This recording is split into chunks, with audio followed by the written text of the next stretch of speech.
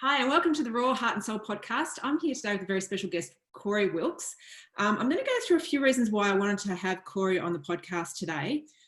Corey is on the board of EB Research Partnership, which just has changed its name, and we'll go into a bit about why that is and what EB is in a minute. Corey's the daughter of Tilly, who was born with the condition EB 9 years ago. And I want to talk a little bit today with Corey about what that diagnosis is and how that changed the direction of his life, as well as I want to dig deep on if and why you think you were gifted with a child with one of the more aggressive forms of EB. The other thing I wanted to touch on is if you see there's a common trait between some of the EB people or people who have EB that you've come in contact with over the years of your time of having had Tilly. So firstly, can you tell us a little bit about yourself, Corey, and where you grew up? Yeah, obviously grew up in East Keeler boy, went to Mighty Keeler Heights High School. Basically did all the normal things growing up as you do. Probably a bit of a naughty boy, to be honest with you, but enjoyed my time with plenty of good friends, which I'm still good mates with today. And basically I've lived mainly in this area sort of all my life. Did you know what you wanted to do when you were growing up, as in terms of a career? No, it's funny you say that. No, I had no idea. Basically, I did many things when I was younger. I was a lumberjack, picked fruit, tried my hand at electrical work before obviously entering into a family business and becoming partners with my mother and father. But yeah, basically had no idea. It's probably that was part of the many challenges, I guess, our kids face today. You do worry about it, what they can do and where what sort of work they're going to do, but I'm sure they can all work it out themselves. Yeah. When we talked about you coming on the podcast, we talked a little bit about what the podcast is about, and that's about helping people see and uncover what their sole purpose is. So you didn't ever feel pulled to do something, or what would your perspective of being or having a sole purpose, what do you think that would be? In terms of like having pressure of what to do? Yeah. I didn't have, the pressures. I didn't have a lot of pressure to find anything. That I was never pushed by my mum and dad to do anything I didn't want to do. I actually had to work that out myself, and as I say, I've laid my hand at many things, but I'm lucky that I did venture into a business, partnership with my mother and father. Been sort of 25 years now, but it's something that I've enjoyed and I've got a passion for and still have a passion for today. Yeah. So tell us a little bit about Tilly and about what EB is. And I'm not going to say the name because I always mess up describing exactly what the official name is. So, obviously Tilly was born in 2011, Valentine's Day. It was fair to say, I'll never forget. And she was born with a rare skin disease, which is Epidermolysis Bullosa. We call it EB. It's a rare skin disease where it affects the skin, which is the largest organ of the human body. Yeah. Tilly was basically born a normal baby. She came out, she was just like a beautiful little child. But I must admit, when she was born, I recognised there was just something wrong with her thumb. There was skin missing, and not missing, but sort of shredded back, and it sort of didn't look right to me. But as you do as a father, and it was our fourth child, you celebrate, back home, mates over, mother and father over, and celebrated all night like you do till 4 o'clock in the morning, and got the dreaded phone call at probably 5 o'clock in the morning. I'd been in bed for an hour from Callie to say things aren't good. Tilly's been rushed to ICU at the Children's Hospital. So I had to get myself together and get in there. It was extremely confronting, and within 24 hours of that, she'd worn all the skin off her hands, her feet, and it was actually horrible, terrible. Yeah.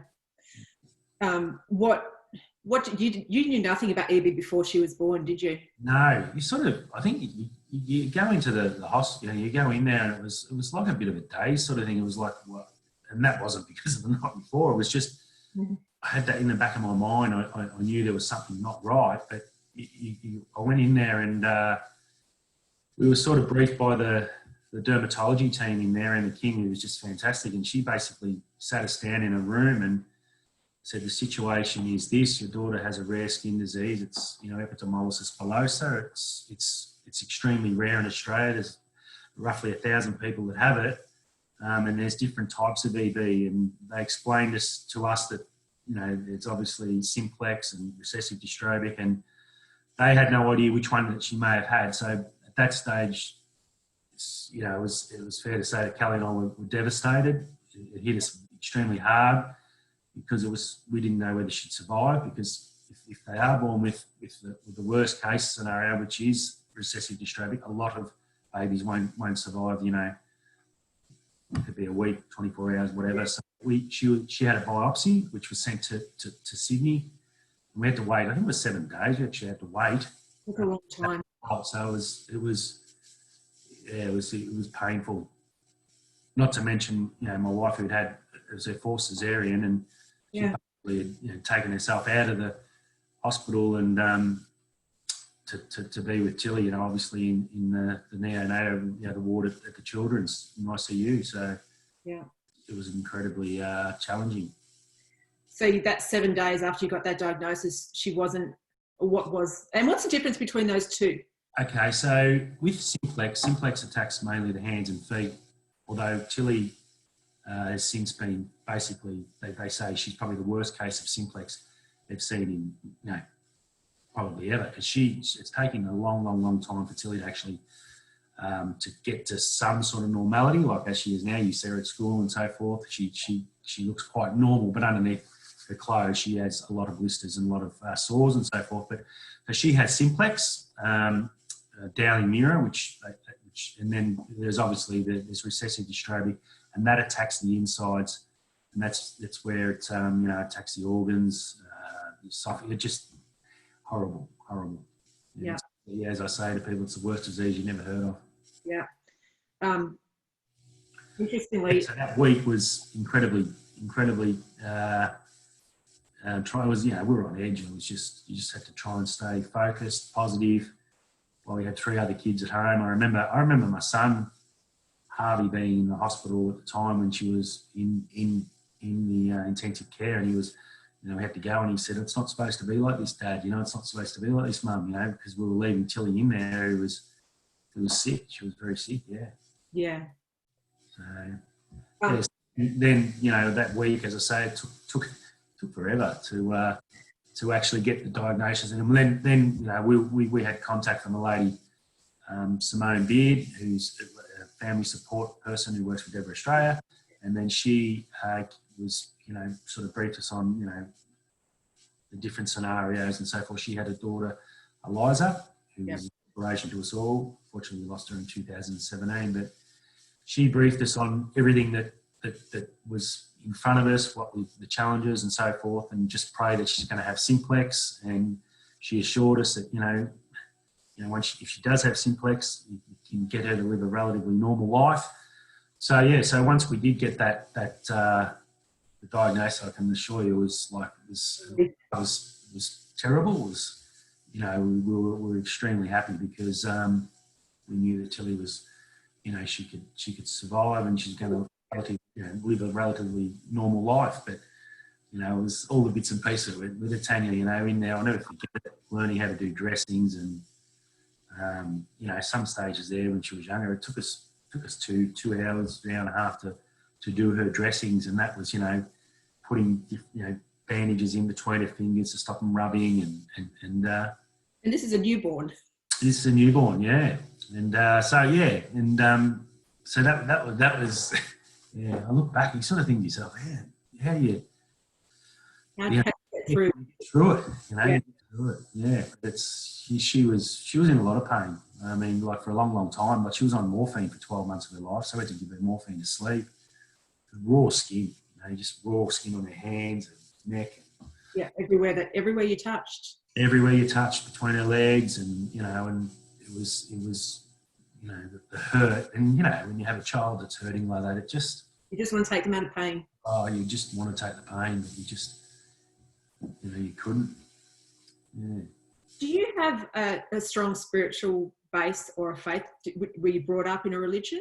No, I'm not religious, and it's funny that you mentioned as I've got older, you sort of, you know, I'm not going to deny. I mean, I've had some incredibly trying times. I mean, I was strong at the time until he was born, and you know, you've been strong right through all your children's birth and their life and support and so forth. But I was a strong one to begin with, and Callie was extremely fragile, and you know, I just wanted to be strong for her and to be that support at home, and to make sure that I was there for dressings, and to make sure I could take Tilly off her hands as many times as possible to give her a break and that. But I can assure you, later in life, it does catch up with you. It caught up with me, and sort of opened my mind to sort of different parts of me when I was younger, and then things that that brought a lot of things out of me, like anxiety. I never thought that I had anxiety. Bang, yeah, I've got anxiety, which brought on a bit of depression and so forth. So I suppose it's all part of that journey. But I've never been someone that's had a faith in, you know, I don't disrespect anyone who's got a faith or believe in whatever, but I'm sort of big into that meditation thing now, which is, That's awesome. a man at, you know, 49 years of age, but I try to meditate at least 5 times a week. Big into that because it just helps that breathing and that being, you know, able to let the mind run free and then bring the mind back in. So I guess all these things, you know, they have everlasting effects on you, because it wasn't it was very trying time, very trying. I think from what I've seen, and I've seen this through my involvement with Live Strong, with our gym, with men particularly, that they don't feel like they can open up so much. And I know it's gotten much better over the years, but it's interesting to hear you talk about that, because oftentimes men feel like they have to be the strong one all the time. And I think the more we allow them to not be the strong one, and take away the stigma that strong is good, because if you're pushing it down, and if you're not bringing those feelings to the surface and not able to have that space to talk about those things, it does come up in ways. And oftentimes that comes up in alcoholism and drug abuse, or unhappy in a marriage and not being able to speak to your partner about that because you feel like, and it's not the partner's fault, but it might be that you feel like you can't talk to them because they might see you as something different to what you want to see them, or what you want them to see you as. And I think that's a really big, that's a big step forward for you. It is. I mean, I was, look, I'll be honest with you, when it happened, it was about 2.5 years ago, and I just, I was probably, at the time, I was probably drinking too much. We went on a massive trip up the west coast of Australia with the kids, with an amazing family, friends of ours, the Coles family, Lee and Rachel, and I sort of half knew then I wasn't right, you know, and we still had a lot of battles with Tilly, and we always will have a lot of battles with Tilly, but it wasn't, I mean, you can put it down to that. I don't think you put it all down to that, but it was sort of, I got back from that trip and we'd been away for 8 weeks, 9 weeks, and I was sort of like, nah, things aren't right here. And you sort of think that you get to reflect on your life, like, you know, up until now, and what you did certain things and made you feel like that, and actually the path that you're taking that's probably not the right path. You're looking after yourself like you should have been, going to the doctors and, you know, admitting, you know, as he said, the hardest part is to actually to admit that you've actually got a problem. The easy part now, we're going to treat it. And you know, I saw a lady that was amazing for 12 months, you know, and just to get your headspace in the right position, and it's the best thing I ever did. Yeah. But boy, oh boy, did I learn. As I say to you, you learn a lot of things, and you look back at, you know, a lot of your friends and a lot of people in life that now have opened up and said, you know, because there has always been a stigma attached to mental health and so forth, and they say, oh, you know, I'm one of those too. And I don't mean it when you say it. We actually have a bit of an in-joke with some good mates of mine, and will say, yeah, I'm a bit of a nutter, and I say I'm a nutter as well, but I don't mean that as in, you know, I'm a complete nutter in that case or whatever, but it's just whatever word connects you to other people, and that's there's right. a common thing in that. And if that there's a little bit of humour about it, then I think that's fantastic. Yeah, and there's a lot of pressures that go with having your own business and so forth, but it's I look at everything that happens for a reason. You know, I really do. Like Tilly came into our life for a reason. Yeah. She you know, she changed our whole family. The whole family. I mean, for us to to be able to bond together like we did. I mean, we'd never have got through. Right. My family, brothers and sisters, Kelly's, I don't have to mention how close I am with Donna and Mark, and but everything happens, as you say, and it's there for a reason. And then you want to make a difference, because I saw when Tilly was born, I've seen some horrific things with children living with EB. I go back to an inspiration to all of us in Eliza Beard, who that young lady when she passed away was. She was just an inspiration. And Tilly and her were very close, and they used to speak a lot. Eliza she battled and battled and battled right till the end, and she just missed her 18th birthday, which was 2 weeks, wasn't it? 2 or 3 weeks. That hit me pretty hard, actually. That was around the time that was just really sad, because she was just an amazing girl, and their outlook to life too. Kids that face adversity and like challenges and so forth, like her outlook to life was just, you wouldn't believe it. You just couldn't believe it. So you see that as a common trait, and that's what I was going to touch on as well. Yeah. From my work with you guys and following you and seeing Eliza, yeah, they tend to have this common thing where they don't talk about their pain. They focus, and they'll change the conversation to be not about them at all. No, that's exactly how they operate. They've just got the most amazing resilience. Like and even Tilly, just the pain threshold that they have is, she could have blisters all over her feet, and she'll be at the school and they'll have a fun run, and she'll do that. Like she'll say the night before, "Oh, I don't think I can do it, Dad. My feet are hurting." I'd say, "Don't do it, Till. You don't need to do it, And then the morning she'll get up. She goes, "I'm not going to let EB beat me, Dad. I'm going to do it." But she'll pay the price for that for the next week, 2 weeks. But they're unique, and they're caring. They're the most caring. I've never met more caring individuals, and that goes with Nina as a party and her bloke Otto. I mean, they're another. They're just so caring. Nina's another one that lives with it, and you, as I say, you meet some amazing people that just come on board with us when we started the EB Research Foundation. But prior to that, we did a lot of supporting for Deborah Australia as well. So tell us about the EB Research Foundation. How did that come about, and what was your promise to Tilly? So obviously when Tilly was born, I, as a normal father does, I always look into my children's eyes and say it's unconditional love. No matter what, you're just going to do whatever it takes to get through life and do what we need to do. And obviously when she was born, I made her a promise that before I die, that we'll find a cure for EB. So, sorry, I get a bit emotional talking about that. That's okay. You're making me cry as well. So we basically, well, I did. I promised, and my wife Kelly, and it all transpired. It's amazing, Tanya, when you look at it. I met in a cafe one day. I've been lucky enough. I had a lot of good friends, and still got a lot of good friends. We went to the Star Ball every year. We're big supporters of the Star Ball. Yeah. And I'd see how they'd raise funds and so forth. So I said to a mate of mine, Ash Thompson, and my sister-in-law, Donna, with him, I said one day, I want to catch up with you in a cafe. And we met in a cafe in Keilor Road, and I told him I had this vision and what I wanted to do, and I wanted to start something that's, to raise funds for, the worst disease you never heard of. I mean, I want to raise awareness. I want to put it out there so people know all about this dreaded disease. So we had our first cotton ball, and we didn't have our own foundation by then because we wanted to raise funds for Deborah. They never had a lot of money, and they never had any major fundraising events that were attached to it. But so we had our first cotton ball, and I think our first year we raised over $480,000. So it was an amazing night. That's incredible for a foundation that didn't really yet exist. Yeah. It wasn't even on the map.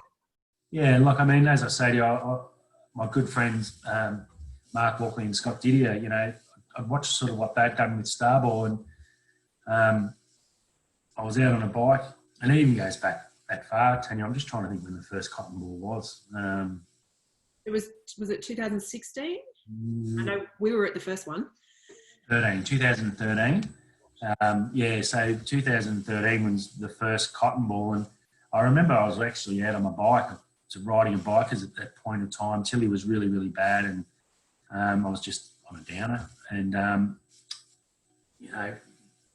being that strong person you are, I'll get on the bike and go for a ride and never acknowledge the fact that I was obviously suffering deep down, but you just get on with it and so forth. And I got a phone call from a good mate, Mark Walkley, to say, well, what are you doing? And I said, I'm out on the bike. He said, look, if you've got a chance, you can jump in the car, come over and see us in the night.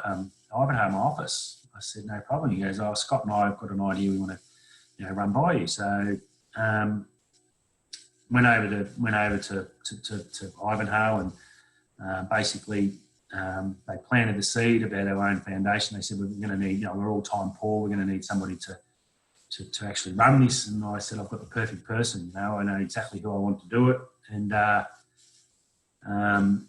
they said, who would that be? I said, I'll be my sister-in-law, Donna Whiffen. She's got a passion, and she just, she just wants to be involved, and she just wants to help. And I know what Donna's is like. She's exactly like me. She's got a promise to her little Tilly that her niece, that she wants to one day find a cure. So hence from that, it just grew. It just got legs, and we thought it was all going to be complicated. And then we formed a little group. My good mate Ash Thompson, who I love to death, he's my best mate, and he got involved, and away we went. And we thought, you've got to register, it's going to be hard, you've got to get DGR status. Well, I'm telling you, Donna got her teeth into it, and Scott and Mark, and it was just, we became a registered charity, and away we went. Did you find that once that collective decision was made that this is the way it was going to happen, those doors just started opening for you? Yeah, because I guess for us, we were in the, a lot of people kept asking me, it was what's happening with research, and you sort of gets to a point where you do want to put money. I mean, everyone can sit back and say it's hard. Research, it's this and that. They've never got anywhere with this, and they've never. Oh, hang on, you can't have that. You've got to. There's always been breakthroughs in so many different things in the world, and so that's it was just a no-brainer for us. We just wanted, that's the direction that we wanted to head. So you said too originally that Deborah was doing a lot of work, or their money and their funds went towards providing bandages and dressings. Which then they've managed obviously through. They'd got a dressing scheme in place with the government, which would cover their cost of the dressing scheme and so forth, which was fantastic. But it was mainly the family support, that we wanted, that we supported, and with Simone and who just does an amazing job. But that was the main thing. But I mean, without being too rude, you can't sort of there's only so many bathroom renovations you can do because it's so rare. There's only so many. So it was just, for us, we just want to get involved with this research side of things. But yeah, the hard part was, here we are, we're all sitting there and we're thinking to ourselves, well, shit, how does this all work? We're going to need a scientific advisory board. We're going to need we're going to need so many different things. And I'm just a bloody, I'm laughing. I'm just a bloody scaffold. I don't know what you're at. This is going to all make it work. And lo and behold, Scott Didier from my good mate, he was actually overseas. He's obviously got John's Ling group who were involved. He was just doing a lot of research behind the research and just engaging different people, and would come back and speak to Donna. And Donna, we put it out there, and we had a lot of people present to us. We had, Deborah UK to present to us, ask us. We had money. They wanted the money for research. Right.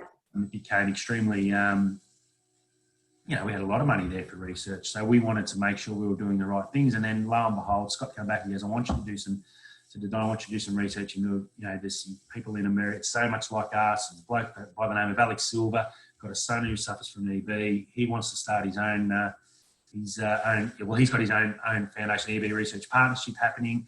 They've got their own scientific, it's independent scientific advisory board. It's nothing affiliated with anyone else. Do your research. Donna comes back, she goes, oh shit, Corey, Ashley, she goes, I think these are the people we need to be with.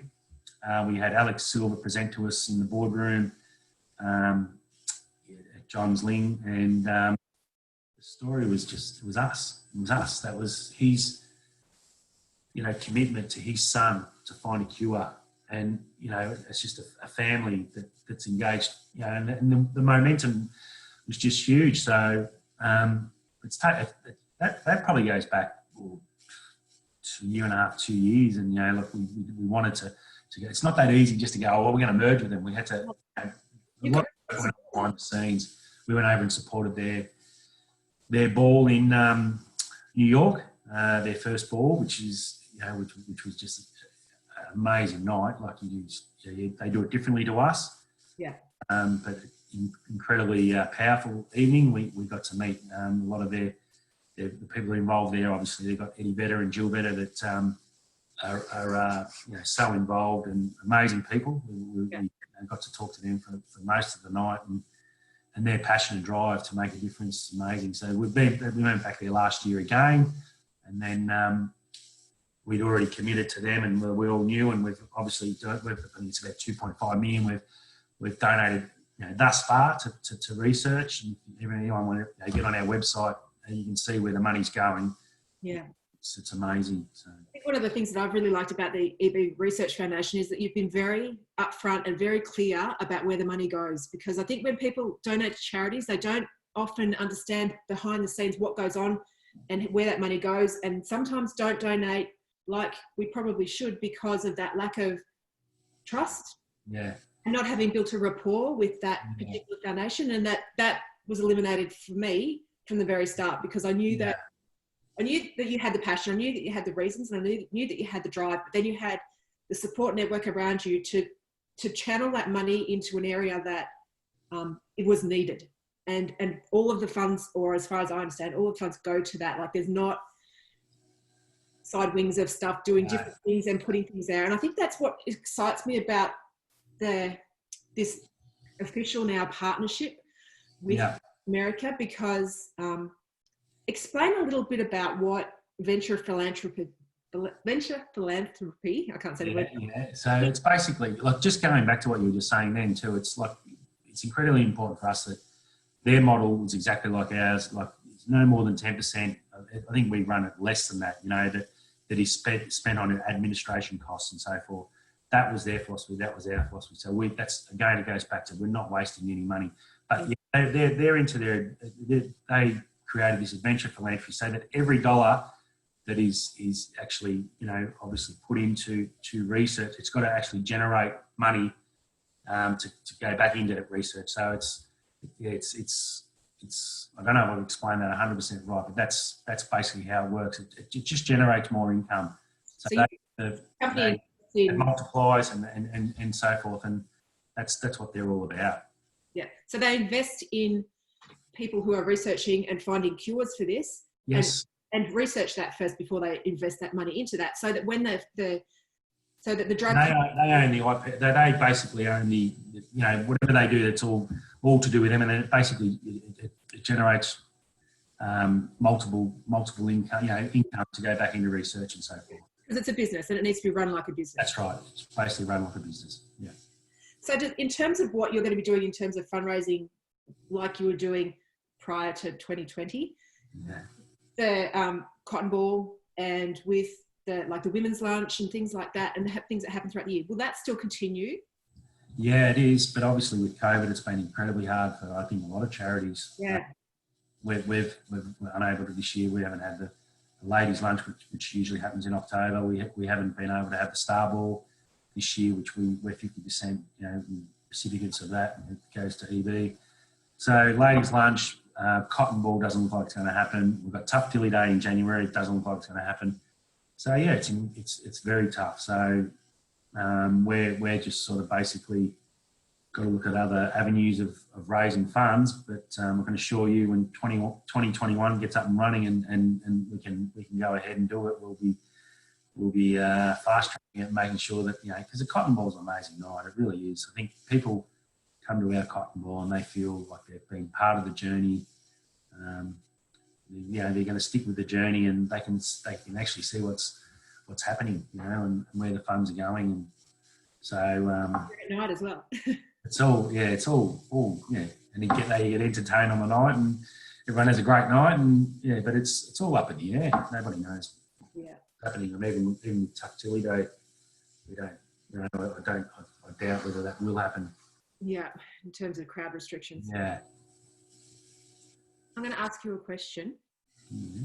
What is the most difficult decision you've had to make to follow with your promise to Tilly?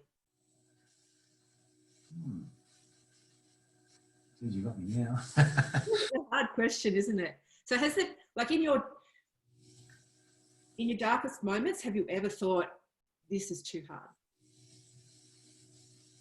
No, I don't think I've ever thought it's too hard. But I can see how people get in dark moments and think it is all too hard. Trust me. Yeah. You do. I can. But I don't think there's ever been a time.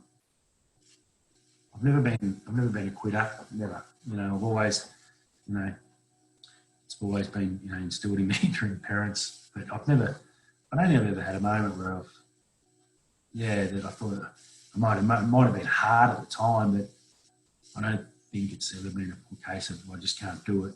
No. The hardest thing I've ever had to do is say no to many things. Like got a mate who calls me Willie and I'm always out and so forth. But, I've learned to say no because, you just pressures of work, life, it's, you just got to sometimes be able to say no to social gatherings, I suppose.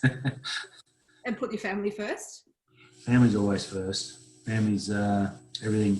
I'm extremely lucky that I've got a wife who's incredibly supportive, amazing mother, and she's been with me. We're married 24 years. I think next year, been together for probably 28, 29 years or whatever. But she's incredible. And in my darkest moments, if it wasn't for her, a bit of tough love there too. Don't worry about that. Yeah. Get on with it, and so you need that. You need that. And one of the other questions I was going to talk to you about was, or one of the things I was going to say was, it's oftentimes with people with children with such an extreme disease or going through diseases, and I'm talking terminal as well, and I know Tilly's not terminal, but oftentimes like Eliza, you have to have that partnership, and oftentimes you see marriages break down because of the stress related to this. You do. And in our early days, I mean, you look back at it, you think, how do you, as I said before, I mean, you wonder how you do it. I mean, the human body is quite amazing. I mean, and even Kelly, I mean, like we'd have no sleep. Like, some nights you'd scream for hours. Yeah. And you would get very minimal sleep. But you learn to sort of function on it. But again, as you get older and you sort of stop and smell the roses, you realise how important your sleep is. Yeah. But yeah, you do wonder how sometimes you function and so forth, and you get through all those sort of things. But you manage, and it just, if it doesn't break you, it makes you stronger, doesn't it? It does, yeah. So That's do you have any contact with parents of children who are just being diagnosed? No, we don't. We obviously, that's where Simone comes into it. Obviously, when the newborns are born, Deborah Australia, like she'll go in there, family support, and obviously she'll I guess tell the parents and to what to expect and so forth. But in saying that, people do obviously make contact with us. As time. I guess when you have a child that's obviously born sick, it takes a while for people to get their head around. Wanting to make contact with other families. That was the same with Kelly and I. Took us a while to get our head around, to go and see people that had, EB sufferers. I mean, another great family. I mean, I'll never, the phone calls that I got with the cotton ball, and you talk about beautiful families. The Judd family from Numurkah, Craig Judd, and Kendall Judd. That's basically, she was born with EB, and they made contact with us and so forth. And Kendall's now a grown lady who's an apprentice electrician. And as I've said before, mark my words, Renee and Craig, as I say, they made contact. But Kendall will play AFL women's football. She's, and she has EB simplex. And there's, I took Tilly up to watch her play netball one day, and it was just beautiful to see, actually. It was when we just met the family, and Renee welcomed us, and we went and watched Can't Beat Local Football up in the country, where we got the netball playing on one court, and then the football's on the other, and we played, and she's really good netball player. And then, where's Kendall and where's Tilly? And there they were over in the distance sitting there, and Kenny had her shoes off because, as you'd imagine, with EB, she's just played a game of netball. Hello, people are killing her, and but just tough as nails. And their support's been amazing as well through the whole up to now, and they'll continually support us. Yeah. Do you think the hesitancy around? I know it's getting your head around having an infant, a newborn with EB, but the hesitancy might be because you might not want to know what the prognosis is. Like that could be a fear, but then when you get in contact with people like that, that fear disappears. I always remember, because we were always told, from Emma and at the Children's Hospital that you basically, that when things will get better. Trust me, they'll get better. Yeah. Wait and see. The hardest is the first 5 years are the hardest. So you got told that a lot, and then it's a long 5 years though. Oh, geez, well, I mean, that wouldn't hair. But it is. It's an extremely long 5 years. It was. As you said before, you sort of got to build up that. Do I really want to go see another family with EB and see what I might be shocked or whatever. But we embraced it. I reckon it was probably after 3 years. We met families that had children with EB and simplex. Obviously Nina as a party come along, and the Judd family, and you sort of, they reassured you, it does get easier, and there's no doubt about it. I mean, we're extremely lucky with Tilly. We look at where she's come to today. I mean, who would ever have thought that, it's relatively normal. I mean, there's still times there, like we're heading into summer again now with Tilly. Tough times for us in terms of, for her and for us in a way, but we go away, we've got a place up on the Murray River, we love our water skiing. I mean, how do you tell a 9-year-old she's not coming out in the boat? And how do you tell a 9-year-old she's not going on the donut? How do you tell a 9-year-old she's not going on the knee boards and all that? She does it all. Oh, she does it anyway, does she? Oh, she does it. There's no stopping her, and blisters all over the knees and blisters on her belly, and we have to be very careful because, you're obviously up in the Murray River, you're in the water, infections and so forth, but you just can't stop her. She wants to do it. She wants to be just normal. Yeah. Is there a balance for Tilly learning not to tell you what's going on with her versus her learning how to manage herself? Yeah, I think now there is. Like, there are. I've seen her actually say, not too often, that she doesn't want to do that because she's sore. Like, she can ride a bike and so forth, but sitting on a seat, like the blisters that she gets in between her legs, it's just terrible for a young girl. It's painful. So yeah, there are times that she'll say, I'm not going to go for a ride, or but even with being in COVID, they've been away.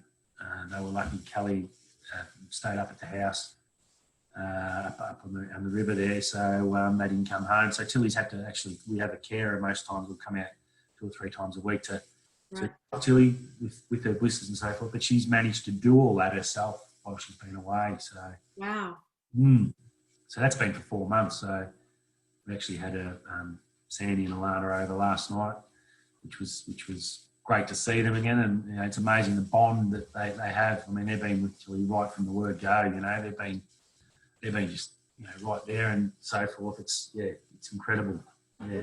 Good to see that Tilly's sad and like you don't want your children to grow up, but good that she's growing up and she is not that she hasn't before, but taking responsibility and learning. Because what do you think Tilly's gifts, and what do you think the gift of EB has brought to you, apart from being like close with your family? How do you see that gift presenting itself in Tilly? Look, from what I've seen, she's the most like empathetic. Oh, you've never met a more caring. You like caring. Yeah. She's like, she's just the caring side of things is amazing with Tilly, I think, and just she's always looking out for her friends, her bestie, little Paris, Donna's little girl. She's always caring, and she's caring for her grandmas and grandpas, and she's just a caring one, and you can always guarantee Tilly will wake up every single day of her life, and she's done it for as long as I can remember, and say, I had the best sleep ever last night, or she's had the best day ever. Yeah. And that's every day of her life. No matter what, she would just tell you she had the best day ever, or she had the best sleep ever. That's amazing. For someone who's in so much pain, obviously. Yeah, it's just, yeah, and that'll never change with her. She'll always be caring. She's got a big personality. That's no doubt about that. If she keeps that for the rest of her life, she's going to be all right. We'll wrap it up. But where can people find you, and how can they support the EB? So I guess at the moment they can. We've got our website. It's the ebresearchpartnership.org. That's where you can get on and have a look at it. It's an amazing website. It explains everything and anything that we're about, where we're heading, and what we want to achieve. And Jonathan Brown, amazing Jonathan Brown footballer. He's an ambassador of ours. Just if they hop on there, they can have a good look at it and just see. I guess for the moment, donations are the biggest thing you need. Yeah. And if anyone feels, everyone's going through some tough times at the moment with COVID. A lot of people haven't even got their own jobs, so they can actually donate online. And we've got some good merchandise on there at the moment. If they want to buy a T-shirt or that's definitely. That's how, but just keep an eye out for our fundraising events. That's our big thing. And the ladies' lunch, we're just so disappointed that's not going to happen this year. Always hosted by Big Brownie and Sam Pang, who do an amazing job, and they just engage with the women and the crowd and so forth. And it's just a great day. But we'll be back next year. Yeah, we'll be back. Don't worry about that. What would you like people to remember from this conversation? Oh. What's your life motto? What's my life motto? I've probably got many. What's your favourite one? Oh, I just love like there's no tomorrow, and I love that saying, love like there's no tomorrow and dance like no one's watching. Awesome. Thank you very much for being with us, Corey. No worries. Thank you, Tanya.